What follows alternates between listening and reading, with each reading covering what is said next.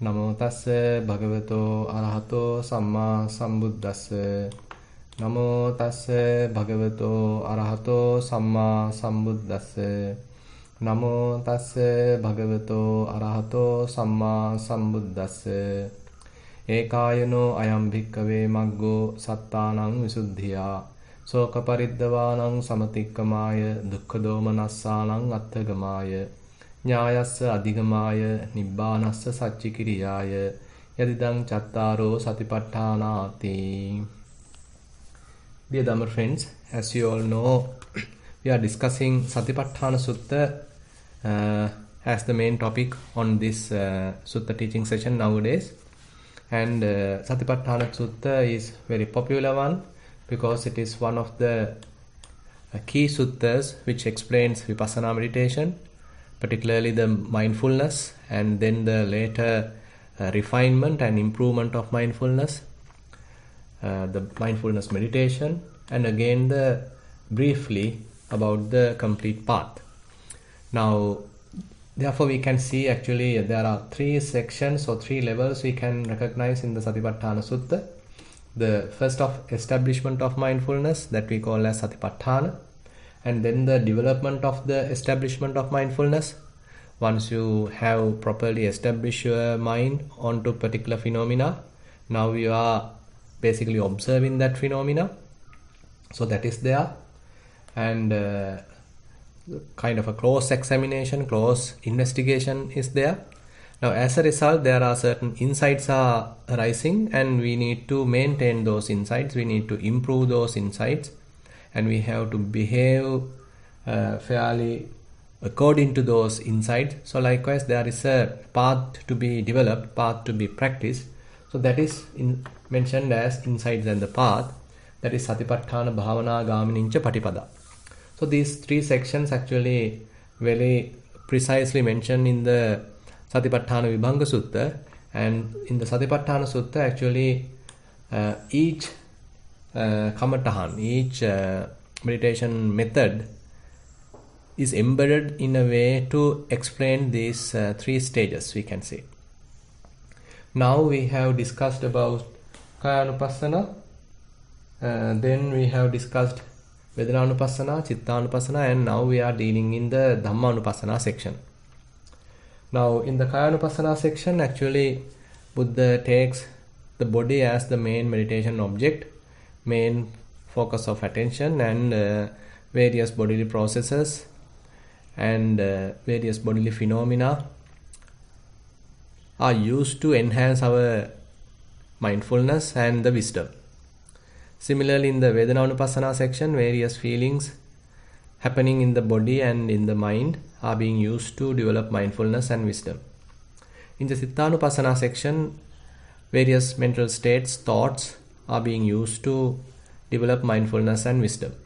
Now each of these sections, that is to say Kayanupassana, Vedananupassana, Chittanupassana, are quite capable meditation techniques, various tools which actually have the capacity, the potential to make one's mind completely liberated or completely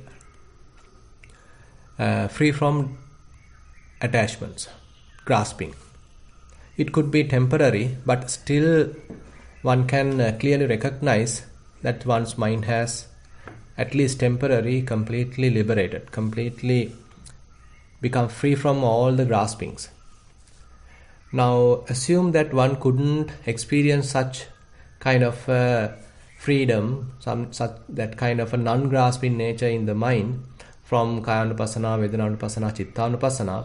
But when one leads towards the Dhammanupassana has fairly organized in a way to give more deeper understanding about mindfulness and wisdom in a more methodical manner, more strategic as well as some orderly manner. So that is how basically the Dhammanupassana section is properly designed. So Buddha starts with Nissarana, those are the hindrances. So typically everyone's mind time to time occupy with these hindrances. So Buddha asks us to see them as they truly are, without being sort of victim to them, without being driven by the hindrances. So now we have to find out a method how to step back and look at them. Now this is quite important, because typically what happens is, when there is lust, we immediately become a victim of it, and then we start to act according to it, and we are basically even completely occupy our mind with the lustful thoughts, and then ultimately we act according to it. Similarly, if there is anger arising in the mind, we couldn't recognize it, we immediately become a victim of it, and ultimately we start to blame and get into troubles, get into arguments, etc. So this is how we are unknowingly get into the influence of hindrances. But here, when the mindfulness has fairly improved, one has the capacity to step back and watch various hindrances as they truly are. Now you are not the hindrance, your hindrance is not yours, and hindrance is not yourself, but hindrance is a hindrance. It's a temporary state of a mind. So the yogi starts to recognize like this. So therefore the yogi has a capacity to observe them objectively. And this is very important. So throughout the Satipatthana session, so one is now capable of recognizing various hindrances available or happening in the mind time to time, and without being a victim to them, without driven by them. Now one has the capacity to watch it, look at them objectively. Now then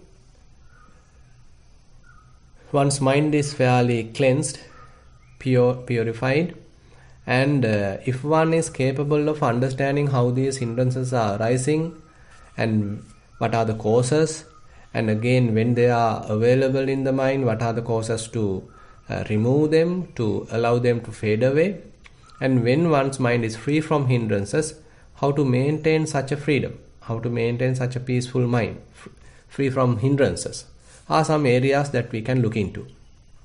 So the whole thing actually gives us some sort of a idea about cause and effect. So all these hindrances are arising due to various causes, and once those causes are not being fertilized, not being supported, the resultant hindrances are also going to be fade away. Now, so therefore we can say the hindrances are being used to develop mindfulness as well as wisdom. Now when it comes to the Khandha Pabbad, the next section, so that is further elaborated in a more, we can say, fairly advanced manner. So Khandhas, aggregates, are one of the very important teaching of the Buddha. It seems to be some sort of a traditional approach also was there during the old India, where people have some idea about aggregates. Probably Buddha has given a new interpretation to it so that one can understand one's own subjective experience. So basically, when we are experiencing various things, say you have healthy eyes, you can see something, and accordingly your mind become attached to it, you are appreciating, you are being delighted with what you have seen. So likewise, we all have various experiences. So these experiences are fairly colored by our inherent qualities, or our sort of latent defilements, we can say, latent tendencies. So therefore, even though we have various senses, when we are using them and sort of getting the information, data from the outside, so we are not experiencing them as they are, rather we are adding onto them, we are coloring them, we are constructing them, we are fabricating them according to our likes and dislikes. So therefore what we have is a sort of a subjective experience. It is not an objective experience, rather a subjective experience. Now Buddha helps us to look at this subjective experience properly using these 5 aggregates. Now whenever we are going through a experience, so therefore we can divide it to these 5 aggregates, 5 components. As a result, one can have a better idea about what is really going on. rather than becoming a victim of the whole experience, rather than driven by the experience. So again, one has the capacity to analyze it, watch it, step back and study it in a more appropriate manner, more wise manner. So this kind of a methodology is explained in these 5 aggregates. So Buddha introduces 5 kind of aggregates. So one related to the, we can say, to the materiality, and another 4 related to the mentality. So the materiality, so all the material aspects of one's body and the whole outside world is considered in the Rupakkhanda, the form aggregate. And again in the whatever the feelings that one may be experiencing is discussed in the feeling aggregate. And whatever the perceptions ones have, various perceptions, various signs, marks from our childhood to the death, we are gathering, we are experiencing, all are included to the 3rd aggregate, that is the perception or the sanya. And then various fabrications, various constructions, various mental states available in the mind, happening in the mind, are discussed in the sankhara khanda, that is the formations aggregate. And all the knowings, all the, say, recognitions of various sights, sounds, smells, taste, tactile sensations, various mental states, so that cognition part is discussed under the Vijnana Khanda or the consciousness aggregate. Now one has to have some idea about these aggregates. Without it you can't meditate on them. So therefore in this Khanda Pabba, Buddha comes up with these 3 sections where Buddha mentions Punacha param bhikkhave bhikkhu dhammesu dhammanupassī vihirati panchasu pādāna khandesu. So the monk in this asana is now looking at 5 clinging aggregates as clinging aggregates. Katancha bhikkhave bhikkhu dhammesu dhammanupassī vihirati panchasu pādāna khandesu. So how he is going to properly look at these 5 clinging aggregates? Ida bhikkhave bhikkhu iti rūpaṃ iti rūpassa samudayo iti rūpassa attagamu. Iti vedanāya samudayo iti vedanāya attagamu. Iti saññā iti saññāya samudayo iti saññāya attagamu. Iti sankhārā iti sankhārānaṃ samudayo iti sankhārānaṃ attagamu. Iti viññānaṃ iti viññānassa samudayo iti viññānassa attagamu. So now Buddha defines the 5 aggregates and he explains us how to meditate on them. So he starts with iti rūpaṃ, iti vedana, iti saññā, iti sankhara, iti viññāna. So likewise here the sort of the definition. So first of all we need to recognize what they are, what these terms means, and how to recognize the operation of the activity of these aggregates. So that means fair understanding about the aggregates are necessary. So now I am going to use another sutta to explain you little about these aggregates. So that's a very beautiful sutta called Kacchaniya Sutta, available in the Khanda Samyutta, where Buddha talks about having these aggregates is some sort of a burden, some sort of a agitation.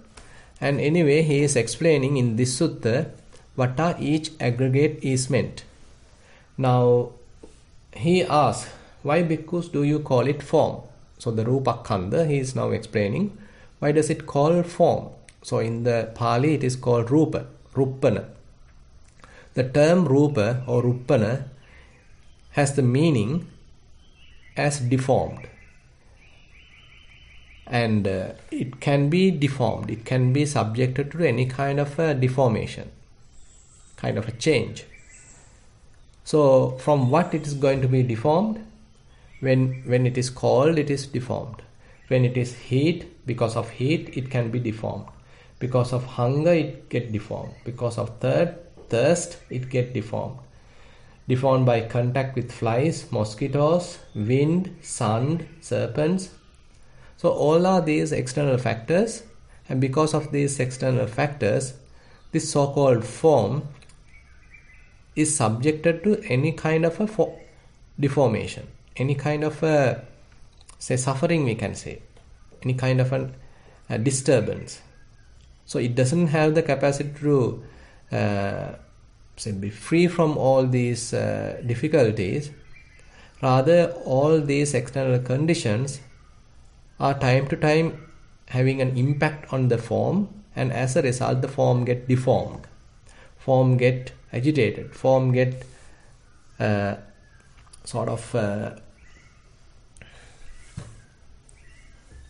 say, subjected to some sort of some sort of agitation, deformation, kind of an impact. So this you can understand. So this is why it is called form. Now you can see our body, time to time we go through various difficulties. Nowadays we have the corona pandemic. So as a result, if we get it, if we are under the influence of it, then we suffer.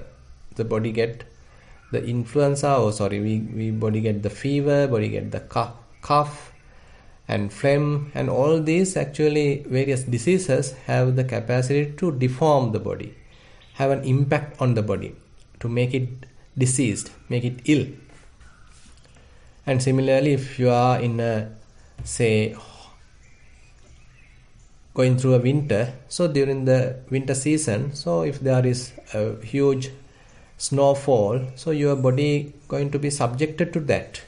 So in order to prevent that, you are wearing, say, winter clothes and all these, and you are getting the heaters.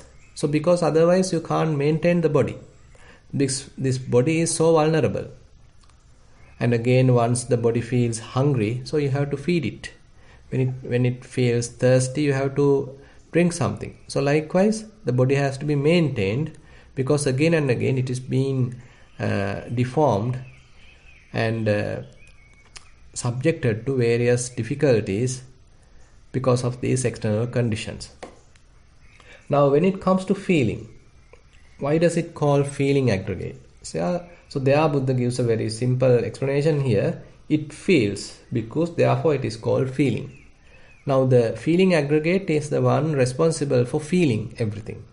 So whenever we are going through some sort of an experience, it could be kind of a pleasurable experience, a happy experience, or else it could be some sort of an unhappy experience, sort of a painful experience. On the other hand, it could be neither painful nor happy experience, no pleasurable experience. So likewise, you can see all the experiences have this feeling tone, either happy, unhappy, or equanimous, or that is pleasurable, painful, or neither painful nor pleasurable. So these are the aggregate explaining about this feeling aspect of the whole experience. And then why does it call perception? Now we are coming to the sanya aggregate, perception aggregate, and there it perceives, it can recognize during using various previous marks, signs, it can recognize, it can perceive. So that is why it is called perception aggregate. Now here very small example given, so it's quite easy to understand. Now you know, during the classroom, so as kids, so we are being introduced to various colors. So our teacher comes up with various colors, so our mother, father show us various colors and introduce the colors. So this is red color, this is blue color, this is white color, this is black color. So likewise they are teaching to us. So maybe in the kindergarten, so we are being taught that to recognize various colors. So later whenever we see some sort of a color, immediately we can recognize it. Okay, this is red color, okay, this is blue color. So this is a simple example. So similarly there are many different kinds of perceptions, and they are being introduced to us. So we are sort of storing some marks about them, and later when we are going through some sort of an experience, we can use those previous experience, previous knowledge, As a result, one can recognize it, one can perceive it. And then Buddha asks, what are the volitional formations? Now, volitional formations, that sankhara aggregate is the one basically responsible of constructing, fabricating. As I mentioned, whenever we are going through some sort of an experience, so we can't have it in raw level or the most unbiased level.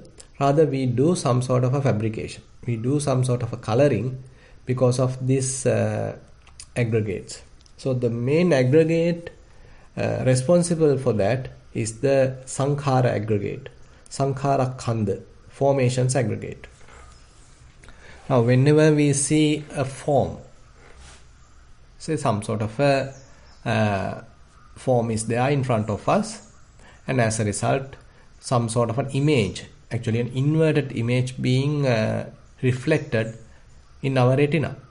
But now we construct it. The brain actually do the proper adjustments. It do the various constructions. It add various labels, various names, and we are adding to sort of interpretations to those labels. And again, we add the feeling tone, whether we like it or do not like it. So likewise, so we do a lot of constructions here when we see a form. Similarly, when we hear a sound, we do this construction.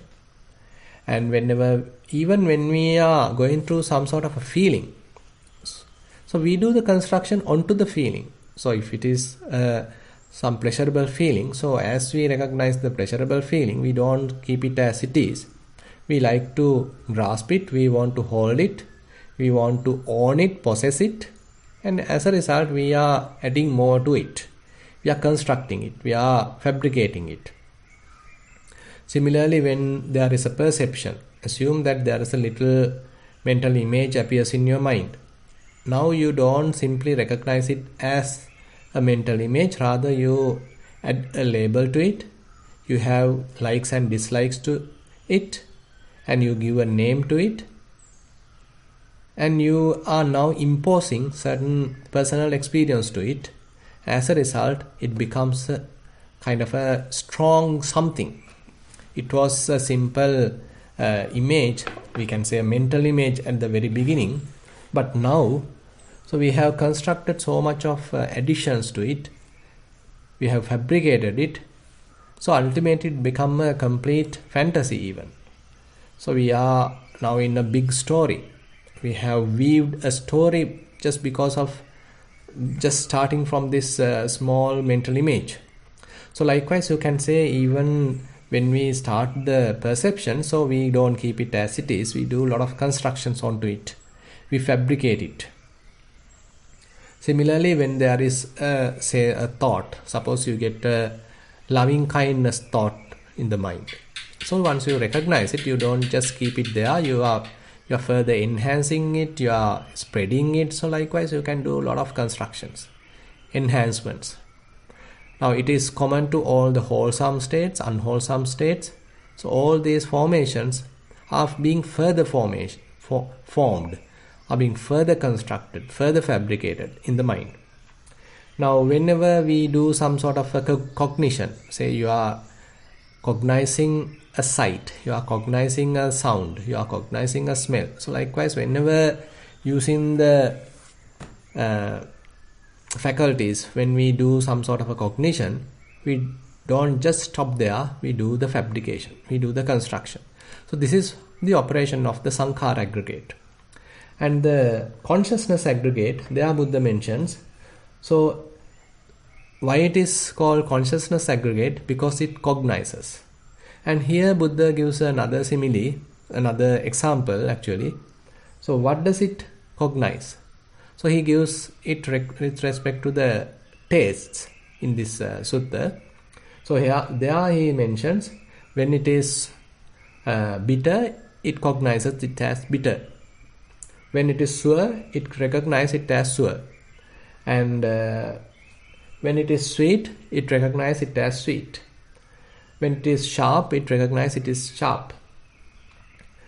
When it is mild, it recognizes as mild.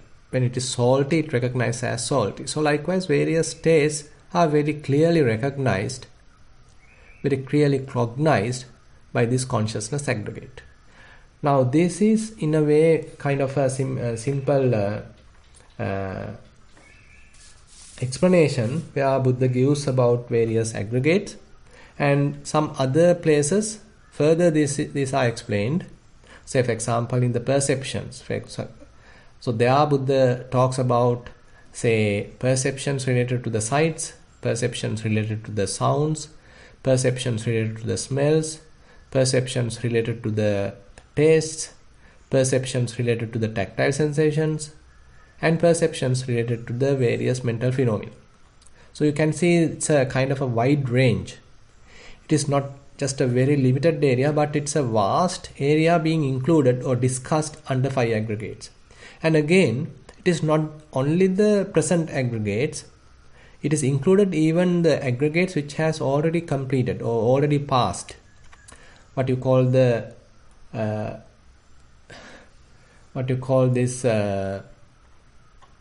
past aggregates, atita anagata pachuppanna. So you have the past, already completed, already finished aspects, completed finished aggregates, and again the aggregates going to be developed in the future, born in the future, and aggregates already present, currently happening. Similarly, the aggregates available closer to you and far from you, aggregates within yourself and aggregates from outside, internal and external. And aggregates maybe those are some refined, and some aggregates those are more gross, hina panita. So likewise, it has included so many aspects into it, so we can say the whole experience, it is not just a simple single experience, but the whole experience of the human beings, all experience of the whoever the living beings can be explained using the 5 aggregates. So it's a matter of recognizing or understanding these 5 aggregates properly. So that is the most important thing, and we should be able to analyze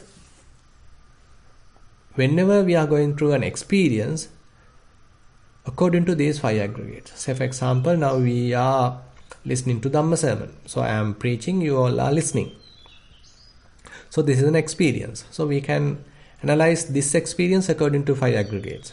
Now if we consider your side, say you all are listening and you have the intention to listen to this Dhamma sermon, listen to this Sutta teaching. So that is the intention.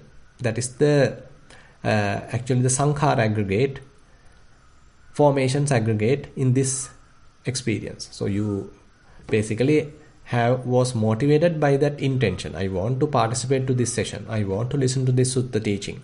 So that is the intention. So that is the formations aggregate. And then now you are listening, so you can cognize the sound. So this is the very primitive level of cognition, and that is we can say the Sota Vijnana or the ear consciousness. So that is actually related to the consciousness aggregate, Vijnana Khandha. And as you hear various sounds, now you give various interpretations to them. You recognize them as various words, English words, and you have the proper meaning to them. So those are actually the perceptions aggregate. So we know English language from our childhood, and as a result, now whenever I am uttering a word, so you can properly recognize what I meant. So that is because of the already stored information, already stored perceptions, marks, signs, according to the sounds, already learned sounds. Now that is the perception aggregate. And the sounds itself and your ear and all these physical instruments, that actually belongs to the form aggregate.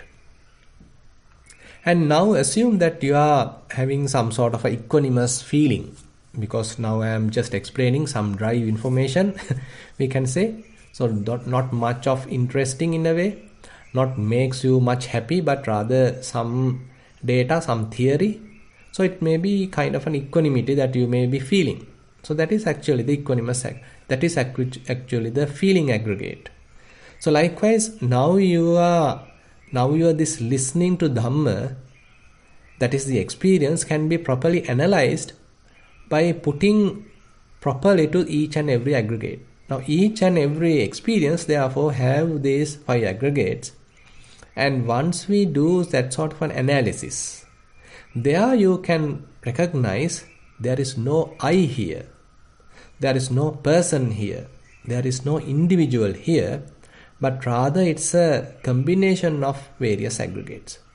They are operating together and makes us kind of an experience, and we are experiencing it, we are going through it, but there is no person who is going through it. So these are some deep teachings of the Buddha, profound teaching of the Buddha. So more you do this sort of an analysis, rather than simply driven by the experience, rather than being a victim to the experience, if you are able to establish mindfulness and recognize very clearly, okay, what are the different aggregates, what are the form aggregate in this experience, what is the feeling aggregate in this experience, what is the perception aggregate in this experience, what are the formations aggregate in this experience, and what is the consciousness aggregate in this experience. So you are analyzing the experience, you are understanding the experience properly, you are no more a victim of the experience. Now you can recognize this subjective experience in a more precise manner, and now it becomes very clear understanding. So this whole experience, so what is the form component? What is the feeling component? What is the perception component? What is the formations component? And what is the consciousness component? So as you recognize like that, then you have a better understanding. And onto that, Buddha says, now you have to establish mindfulness. So once you recognize, okay, this is the form component, form aggregate, now you are paying more attention to it. So the area that you give more prominence to form aggregate is the Kayanupassana. Suppose you are doing walking, so the walking experience. So if you analyze the walking experience, so you had an intention to go to the walking path, you had an intention to walk. So that intention is the formations aggregate, Sankharakkhandha. It is included there. And again, while you are walking, so you feel, say, to your toes, to your foot, you feel some sort of an equanimous feeling. So that comes under the feeling aggregate. And say you are in a sand path. Now you are walking there. Now you feel hardness, you feel stiffness, you feel roughness. So all these are the qualities of the forms aggregate. That is the forms aggregate, that is the Rupakkhandha. And again, you have a sort of a perception, okay, you are recognizing, okay, this is this sort of a, say this is Patavi Dhatu, this is Apo Dhatu. So likewise, you are mapping even certain names to it, but that is not encouraged, by the way. And you are sometimes recognizing, okay, now I am in the middle of the walking path, now I am at the end of the walking path. So likewise, you have certain sort of marks, signs happening into this experience. Now that all comes under the perceptions aggregate. Now you can see even this walking experience can be divided or analyzed according to the 5 aggregates. So among these 5 aggregates, while you are practicing Kayanupassana, we give the prominence to the form aggregate, the body. Hardness, softness, heaviness, lightness, say grossness and softness. So these are the, we can say the earth element actually. And then we feel sort of heavy. So how weight being transferred, and whether you feel heat or cold, whether you feel vibrations, whether you feel movements. So all these are the components or the aspects of the form aggregate. So more we engage in the Kayanupassana, we are dealing with the form aggregate. And whenever we are shifting towards various feelings, now you are experiencing sort of a equanimous feeling. So that feeling is being recognized, that feeling being properly observed, investigated. So now we are dealing in the Vedananupassana, and that is giving prominence to the feeling aggregate. Assume that you do sitting meditation and there are various feelings arising and you are carefully observing them. You are keeping your attention to each and every feeling, whether it is a happy feeling, pleasurable feeling, or it may be a painful feeling, it could be a equanimous feeling. So you are observing them very carefully. So there you give the prominence to the feeling aggregate. And similarly, assume now you do Chittanupassana. You are observing your mind. If there is lustful thought, so you observe it. If there is angry thought, you recognize it. So now actually you recognize various formations, we can say. And sometimes we recognize even perceptions. Sometimes even we recognize the very early stages of how I see something. So likewise, the Chittanupassana actually can deal with the three aggregates. Those are the perceptions, formations, and the consciousness. And Dhammanupassana also deals with all 5 aggregates. Now you can see in the Satipatthana practice, so we are closely dealing with these 5 aggregates. And again, Buddha gives us very beautiful similes into the 5 aggregates, because using those similes he gives a very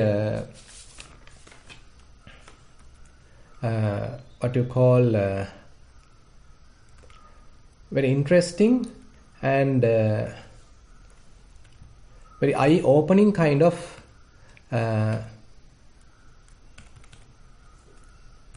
similes, so that we can reflect onto each aggregate. Actually, why we are learning these aggregates is to properly understand them, is to properly introduce some sort of freedom from them, not rather attaching to them, not to cling to them, rather to be free from them. So therefore Buddha gives us very strong similes onto each and every aggregate. So he gives an example of a form, F-O-A-M. It is not F-O-R-M, but F-O-A-M, that is a form being generated in the bank of a river. He talks about Ganges. So where while the waves being hitting the bank, again and again a lump of form being generated. So if someone look at from very far, probably he might get misled, thinking it is some white color stones. But once he come closer and look at it very carefully, he will understand it's a lump of form. It is empty. There is no core in it. There is no anything substantial there. So therefore Buddha mentions, so this form, F-O-R-M, this form aggregate is very much like that lump of form. It is empty. It is hollow. It is void. It is insubstantial. So there is no core there. There is nothing substantial there. So if one is properly recognizing the form aggregate, the Rupa Khanda, more and more, again and again, he do Kayanupassana, and more he is investigating this form aggregate. So ultimately his mind has to come to this level of understanding. He will understand, okay, this is just the form aggregate. It is not me, it is not mine, and it is hollow. There is no much of an interest there. It is insubstantial, and it is void of a person. So due to various causes and conditions, they are arising, and again they are very vulnerable. It is subjected to various deformations. It's very vulnerable, and you have no control at all. And similarly, it is hollow, it is void, and it's insubstantial. So now this sort of an understanding is based on the experience, based on the proper investigation, proper Kayanupassana, and it actually develops some sort of a nibbida, detachment, disenchantment towards the form aggregate. Now similarly, Buddha gives a very beautiful simile onto the feeling aggregate. So he talks that suppose there is during the autumn season, now there is a raining happens. Assume now a raindrop hits the surface of water. As a result, a water bubble arises and then it immediately bursts. Water bubble arises and it immediately bursts. Now assume that there is another water bubble, another raindrop. It arises and it immediately bursts. Another raindrop hits the water surface. A water bubble generates and immediately bursts. Assume now the whole rain, now heavy rain happens onto the surface of a reservoir, we say, water surface. So again and again, water bubbles being generated and again they burst. So this is a very rapid action happens, and they are the water bubbles. Water bubbles are very transient. They immediately arise and pass away. They immediately arise and burst. So Buddha says, so in this water bubbles, there is no core. It is empty. It is void. There is nothing substantial in it. It is so transient. Therefore, Buddha says, this feeling aggregate is similar to these kind of water bubbles. Vedana bubbulupama. So, Buddha therefore mentions when one do the Vedananupassana, when one experiences various types of feelings. So, this is the sort of perception he may be developing. This is the sort of understanding he may be developing, because all these different types of feelings, at many different occasions they are arising. You can't actually have any sort of much of a control that which type of feeling going to be available. You may be expecting a pleasurable feeling, but painful feeling may be arising. You may be expecting a painful feeling to pass away, but it doesn't pass away. It remains for a long time. You may be experiencing a pleasurable feeling and you want to keep it more, but it may quickly pass away. So likewise, you may understand you have no much control over these feelings. And again, these feelings, once you are closely examining them, you may understand they are not just a single feeling. It's a combination of so many minute feelings. It's a group of feelings. And if you carefully see the behavior of this each minute feeling, so it is like that a water bubble. So it quickly arises and quickly bursts, quickly passes away. So each minute feeling is very much like that water bubbles arising because of rains happening in an autumn. So therefore Buddha says it is void, it is empty, there is nothing substantial in this feeling aggregate. And similarly, Buddha mentioned about the perception aggregate. Now you know when there is during the hot season and maybe during the noon, and sort of heated air actually caused to generate sort of a shimmering mirage. So it may be appear in the very far, but because of this heated air, it generates some sort of a shimmering effect, and it is the mirage. There is no water there. There is nothing substantial there. It is simply a kind of an empty, hollow thing. But from here it appears like kind of a reservoir, kind of a water. So similarly, Buddha mentions all these perceptions are like that. All these signs, marks are very much like a mirage. So it appears like water. It appears like something substantial. It appears like something important. But ultimately, once you do a proper examination, proper investigation, so there is nothing there. That is empty. It is hollow. It is insubstantial. So more you understand the proper properly about these perceptions, these signs, sanya, so that is the sort of understanding, insight, which is developing in our mind, in one's mind, the yogi's mind. So there he becomes not that interested about these signs. Previously assume that you are so concerned about all these perceptions, so concerned about various labels. If someone say doesn't use the proper designation, so you get angry. If it doesn't give you much respect, you get angry. If you are not recognized, you get angry.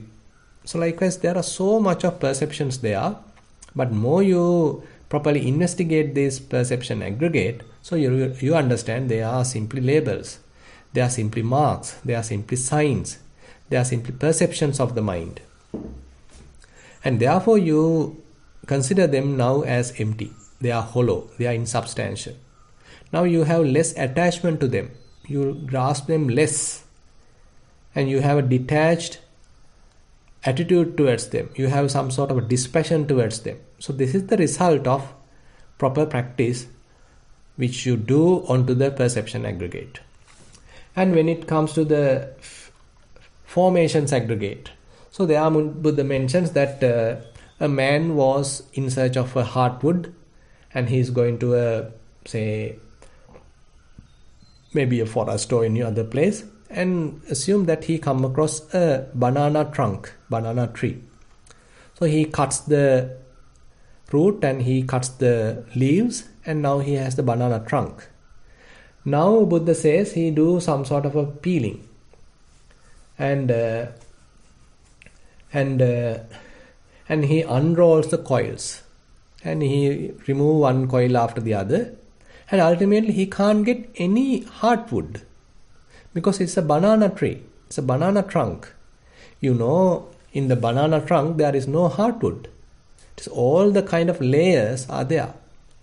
Though it appear to the outside like a straight, very rigid kind of a tree, but once you come closer to it and you do the cutting of the trunk, and if you see it properly, if you properly analyze it, you will understand that it is quite empty. There is no hardwood and nothing substantial there. So therefore Buddha mentions this formations aggregate is like that. So once it is developed, it appear like something. It appear like some rigid something. It appear like something solid, something substantial. But once you understand how you weaved it, how you fabricated it, how you sort of constructed it, by adding little parts, adding small pieces together, ultimately it appear like something. Ultimately it appear like something substantial. But more you precisely analyze it, more you precisely investigate it, there is nothing there. There is no hard core. There is no hard wood. There is no, any core in it. So it is insubstantial, it is empty, it is hollow. So more you understand like this to all the formations, then you don't care much about them. You have some sort of dispassion towards them. You don't give much value to them. You don't consider them as yours. So you have a sort of a dispassion towards these various formations. Similarly, Buddha mentioned about the consciousness aggregate. He considered it as a illusion, kind of a magician at a particular place. He shows various magics, but you know, magic is a magic. It is a kind of a illusion. So he is deceiving the others. There is nothing substantial, nothing real with him, but he know how to twist it. He know how to cheat. So the whole consciousness aggregate Buddha mentioned is like an illusion, like a magical illusion. So in this magical illusion, there is no core. So it is sort of a void. It is hollow. It is nothing substantial there. So when someone is properly investigating, properly ponders about it, when carefully analyzing the consciousness aggregate, so that is what one will understand. So it's a kind of a reflection. It's a kind of a illusion, hallucination, and that is the consciousness aggregate. So by giving these very beautiful, very powerful similes in the Penapindupama Sutta, so Buddha comes up with very profound teaching into the aggregates. And I like to wind up here today, but I hope to continue this aggregates on next week as well, because it's a very important and very profound teaching of the Buddha. And as I said, it helps us to understand what is really going on right now. What is really going on in our mind? What is the experience we are going on? How we can properly understand the experience? And that way we are able to properly see the reality and to be free from all these experiences and have a sort of a free mind, freedom of all these aggregates. And while keeping some provision to continue this, say, Sutta teaching to next week, I'll wind up for today. And I open the sessions for questions.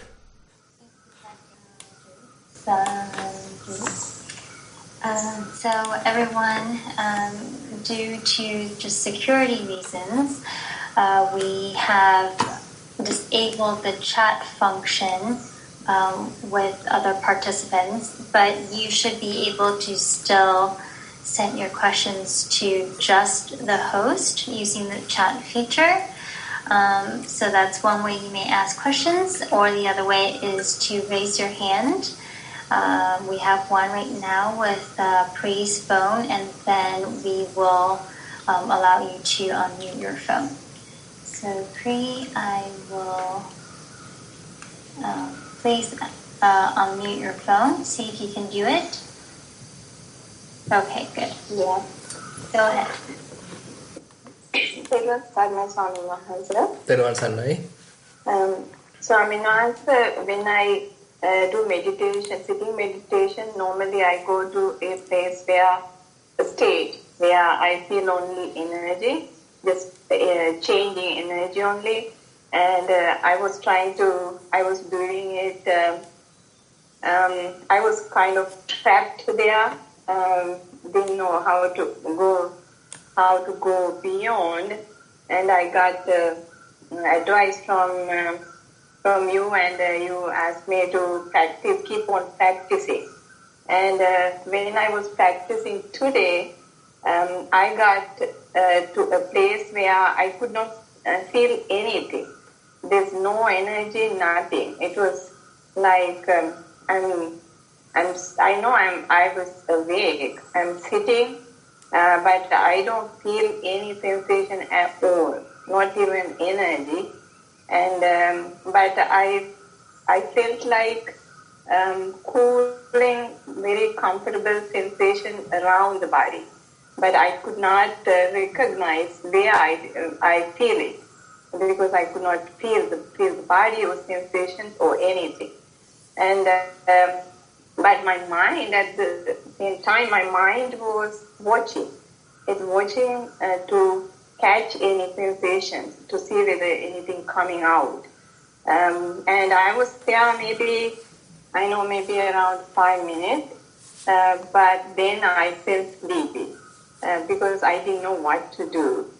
So I greatly appreciate if you could advise me to go further. Yeah, could you explain a little bit about your walking meditation as well? Yes, walking meditation, I got advice from you again. While I was doing walking meditation, I could go to a place where I couldn't. It's not sensation is becoming. I couldn't recognize them clearly as before. I could continue it without disturbing by my thoughts or anything. And while I was doing that, I came to a place where I could not separate them. It's like all together. The image of a photo, whatever, it's not there. And I know I was walking, but it is kind of boring thing. It's right. no clarity there. Good, right. I got it. Now basically, this is not something bad, by the way. So that is what we need to understand. So now, at the beginning, we are clearly recognizing various sensations, various, say, element characteristics. So you understand this is hardness, this is softness, these are vibrations.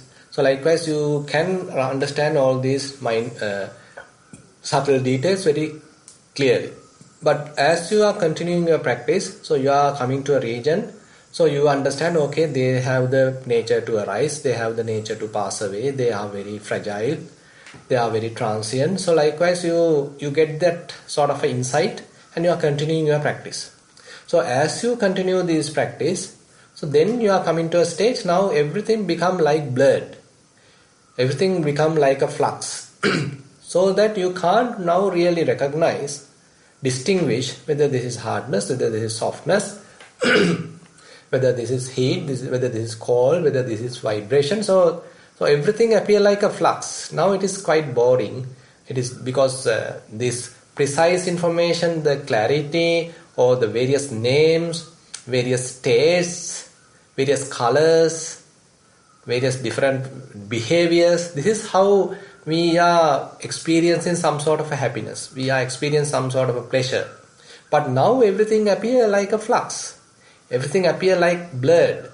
Everything appear like, kind of a washed away artwork. Assume there's a watercolor artwork and you are putting some water, and it appear very beautiful. There are beautiful girls, there are beautiful boys and flowers and all these vehicles, and very clearly available. You can clearly recognize them. Assume due to some reason you are putting some water to it, sprinkling some water. Now all the colors are mixed up with everywhere. Now you can't clearly recognize what is the car, what is the girl, what is the boy, where are the flowers, and everything appear like a flux. Everything appear blurred. Everything appear mixed. Now looking at it is boring. There is no interest in it. So similarly, as we are walking, so this experience happen. So this is the improvement in our practice. So this is what we call as dispassion. This is what we call as nibbida. You get some sort of disenchantment. You are not much interested about it. Because what is available is not something substantial, not something beautiful, but it's something faded away, something blurred. So similar experience similar experience may be available in the sitting. Yeah, sorry. Go ahead. Yeah. Yeah, Swaminathan, but today it was, there's no flux, just nothing. It was just like empty. Correct. There's nothing. Right. So that's right. Once you are going through it, now mind slowly become dispassionate towards it, and ultimately it completely relinquish it. Now, first we couldn't do that. It actually grasp it, and it gives various names, labels, and we attach to it. But later, as we do the proper analysis, we do proper understanding, we investigating the experience. As a result, it appear blurred, it appear faded away, it appear like a flux. Now mind starts to detach from it, and ultimately there may be spots where mind becomes completely relinquished that. So at that time it appear like blank. It appear like that you stop everything. You become stuck. Your mind has nothing.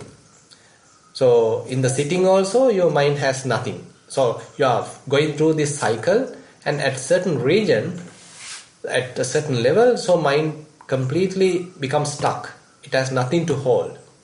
Like say you go through Windows application, so Microsoft Windows, and sometimes the whole system stuck. So you can't move. Your mouse doesn't work, and the keyboard doesn't work. So the whole system stuck. So similarly, our mind stopped. So there's nothing to hold. There is anything substantial to recognize. There are no perceptions. There are no signs. So mind become empty. So this is kind of a new experience that you may be getting. So that you need to again and again realize. So again and again you come to this stage. You don't need to be afraid of it. Again and again you develop the same procedure that you are doing, and again you are experiencing this new experience, new state. And don't be afraid. And once you are there, just be. Don't do anything. Don't get afraid of it. Okay. Don't have any doubt on it. Once you are doing the proper practice and you are going through that kind of a flux energy, and ultimately mind relinquish it. And once the mind relinquish it, you have nothing. Mind is empty. Mind is complete, spacious. Mind has no signs. Mind has no perceptions. Mind has no objects to recognize. So just be. So there, don't be afraid, just be. Yeah. Thero Sanai. And then for the next question, I'd like to invite Indira. Okay, can you mute now? Unmute now. Avasarයි Swamiyasa. Oh. Now see, we are watching TV, and the statement that the politician made, and without knowing, we get angry, we get frustrated, we think, why have we sent into the parliament, and we just fabricate things. Can you put it in these 5 aggregates and explain it once? Sure, very interesting. Yeah. We do a lot of improvements to these aggregates actually. So we start with something simple and we do a lot of fabrications, we do a lot of formations, and we are adding, constructing aggregates. Now say for example, now we are watching the TV, watching the news. And the intention was to watch the news. So that is the formations aggregate. And your eyes are being used, your ears are being used, and the sounds and the sights are there. So they are the form aggregate, Rupakhanda. And again, now you can recognize various figures, various, say, names. And this is him, this is that politician, this is that politician, these are the words. So you can clearly recognize what these words are meant. So all these are the perceptions aggregate. And once you hear them, once you recognize them, you don't just stop there. You do add your own coloring. You are adding your own perceptions to it. You are adding your likes and dislikes. Why he is telling like this, why he is telling like that. So he should be in this way, he should be in that way, this should be the correct way. So you are now adding your own pieces and components to this whole story. And now you are getting maybe angry and unsatisfied, agitated. All these are fabrications. All these are the fabrications aggregate. All these are the formations aggregate. These are the sankhara khanda. And the very recognition of the sound, just the recognition of the sights, so that cognizing part, that is the consciousness aggregate. So we may be continuing this. I mean, again and again we continue, again and again we continue. So these aggregates are now accumulating. More and more it's getting accumulated, and certain aggregates become much developed. As you mentioned, the formations aggregate, it becomes more and more prominent. So therefore, all the 5 aggregates are available in each experience, but 1 or 2 of them can become more prominent. Hope you understand. That means like I have taken it very subjectively. Exactly. So what I need to do is to see it is only a perception or something. I mean, it doesn't shouldn't affect me. No, I shouldn't form more sankhara on that. That's right. So that is what happens in the as you develop vipassana. So when you see it, so it is simply a sight. When you hear something, it's a simply a hearing, sound. When you taste, when you smell, when you feel, so all are merely sort of that corresponding forms, sounds, smells, tastes, tactile sensations and mental objects.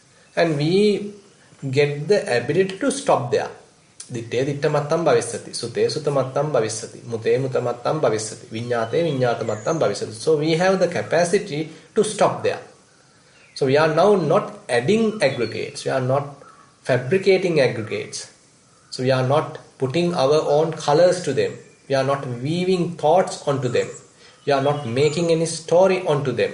So we are able to maintain sort of a silent mind. No agitation.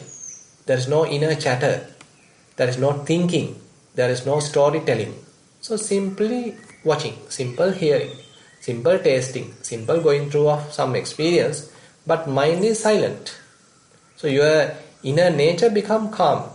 So you are able to watch it, but you are able to maintain unagitated mind. So it is not easy, by the way, because all these sights, sounds, etc. are stimulating the mind, stimulating our, say, inner tendencies. So as a result, we start to think. As a result, we start to make a story. As a result, we become agitated. Then we suffer. So we need to understand how we do this stupid thing, how we do this foolish activity again and again, how we do sort of fabrication by ourselves. Sounds are sounds, sights are sights. So why we do this addition? Why we do this construction? Why we do this fabrication? So if we are able to stop that at early levels, at early stages, then we can unentangle the mind. We can cleanse the mind. We can stop the mind. We can clear the mind again. Again we are back in that calmness. Again we are back in the clarity.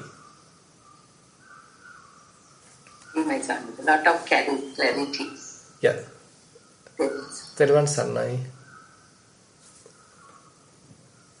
Thank you. And for the next question, Chitra Devi, you may now unmute. Thank you. Now, Bhante, the way I practice, and I just like you to let me know whether that's the way I should be doing it, is that what you explained about the 5 aggregates. I mean, in daily life also we can observe this 6 sense bases and watch everything that is coming through and analyze it the way you explain. But for me, I feel that experiencing it when I'm meditating or listening to a really deep Dhamma talk or whatever it is, I can experience this whole thing in the body, the lightness, the no substance, and the rising and passing away of the breath, which is impermanent. So I can experience that better, the feelings also, because they come and go. So I just I feel that is better for me. I don't know. Can you explain to me whether that is the correct way to go? Thank you. Yeah, actually, when we are, as I mentioned, when we are dealing with Kayanupassana, we are not much worried about the other aspects. So the perceptions, fabrications, say how mind operates, because we are still not into that level. We are not into that region, to that domain, but we do more emphasis onto the Kayanupassana, onto the form aggregate. No harm, because form aggregate itself, Kayanupassana itself, has a very high potential to give us a lot of insights, to give us a lot of understanding, because they are appearing and it gives us a lot of understanding. So that's why each section of Satipatthana are very powerful, are very potential, has very potential, high potential to give us a lot of insights, to make us get into high understanding. So therefore you don't need to worry about, while you do Kayanupassana, you don't need to much worry about what would be the feeling, what would be the perception, what would be the fabrications and all these things. Similarly, suppose we are doing Vedananupassana, you are observing very carefully on various feelings. There you don't need to worry about, okay, what are the formations, what are the perceptions, what are the, say, consciousness. You don't need to worry. Then if you have those kind of a perplexity, then you can't do proper analysis or proper investigations onto feelings. So when you do proper investigation onto feelings, you know only feelings. So that is how you are fully concentrated on it. You are fully in it. You are fully closely observing what is really going on into this feeling aggregate. Now suppose you are carefully observing the mind. Now various thoughts are appearing, various signs are appearing. Now you are observing them. At the same time, you may be breathing, you may rising and falling may happen, but you are not careful about it now. You simply ignore them. You give more prominence to the mental activity. So likewise, all these things are happening, all these things are available, but time to time we give much prominence to different aggregates. So therefore, once you give such prominence to different aggregates and you are continuing your practice, so that is correct, no problem. And it doesn't block you on switching to something else. But I mean, suppose if you have a familiarity of all the anupassana, kananupassana, vedananupassana, chittanupassana, dhammanupassana, even during a single session, you may be traversing towards all the sections. Maybe assume that you start with kananupassana, after a while slowly you are now in the vedananupassana, now we are slowly moving to the chittanupassana. So likewise, it's a kind of a smooth transition can happen, no problem at all. But we can do this also during, we can analyze it. We don't experience it so much, but we can analyze it while we are eating or just sitting and doing something. We can also do this whole process, can't we? Can, of course, can do. But the thing is, it is not merely kind of a thinking process. Now, typically when we call off the term analysis, so you do some mental analysis. So that is also a little included here. But important thing is, once you clearly recognize these components, at that time you need to experience it. At that time you need to investigate what is really happening to them. Say for example, you now understand, okay, now I am asking a question. Okay, now I can listen to various words. Now I can listen to sound. Now I am giving various interpretations to all these sounds. So I now have a, say, equanimous feeling. And likewise, you can do the proper understanding about your current experience. Now assume that you are doing Satipatthana onto that, and assume that you are keeping on eye onto your feelings. Now you are, not much giving attention to the other aggregates, but you are carefully investigating the feeling right now, at this very moment. So likewise, the initial analysis, initial sort of division, you may do little analytically, but later once you clearly recognize, okay, this is this component, okay, that is that component, this is this component. Likewise, once you are clearly divided into pieces, then whatever the interesting piece, now you can properly investigate what is happening right now, at this very moment. But they are all feelings, perceptions and consciousness, it all happens at the same time, almost the very same time. No? Exactly. Yes, exactly. So it's not, you can't really break it up, I suppose. You can theoretically, but practically, I think it all happens at the same time. Yeah, that's right. They all happens at the same time, but to which are we giving more attention? Yes. I give more attention to the Kayanupassana, Vedananupassana, because the feelings come and go and you can really analyze that very beautifully because you can feel it so well, for me at least. Right.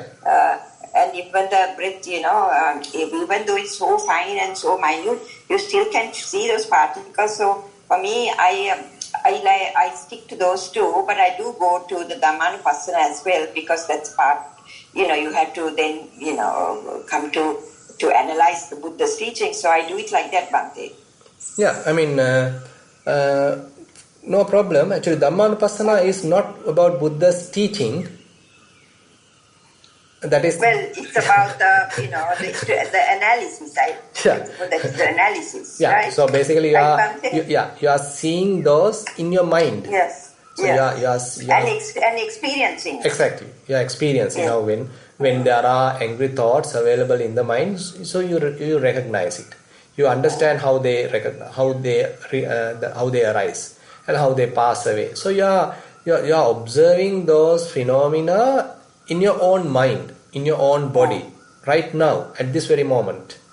So therefore the whole Satipatthana has given more prominence to the present moment and your own experience. So it is not someone else's experience, but rather it is your own experience being understood.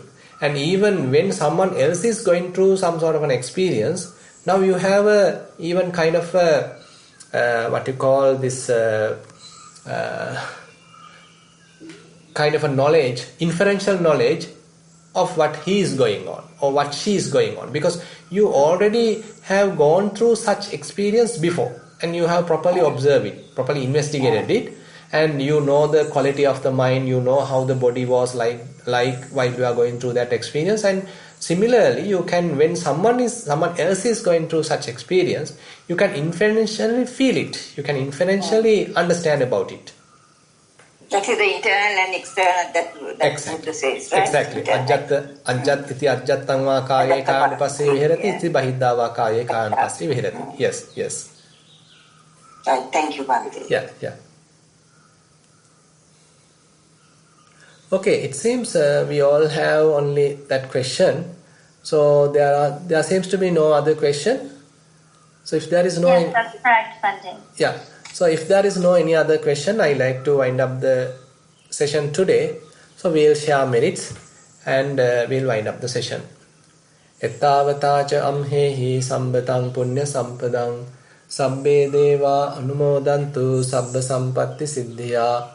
Ettavata cha amhehi sambatang punya sampadang sabbe bhuta anumodantu sabba sampatti siddhya. Ettavata cha amhehi sambatang punya sampadang sabbe satta anumodantu sabba sampatti siddhya. Akasattha cha bummattha devanaga mahiddhika punyantang anumoditva chirang rakhantu sasanang. Akasattha cha bummattha devanaga mahiddhika punyantang anumoditva chirang rakhantu desanang. Akasattha ca bummattha devanaga mahiddhika punyantang anumoditva chirang rakhantu mam parang. Idang vo ñātīnaṃ hotu sukitā hontu ñātayo. Idang vo ñātīnaṃ hotu sukitā hontu ñātayo. Idang vo ñātīnaṃ hotu sukitā hontu ñātayo. Imina punya kammena māme bāla samāgamo satang samāgamo hotu yāva nibbāna pattiyā. Imina punya kammena māme bāla samāgamo satang samāgamo hotu yāva nibbāna pattiyā. Imina punya kammena māme bāla samāgamo satang samāgamo hotu yāva nibbāna pattiyā. Sadhu, sadhu, sadhu.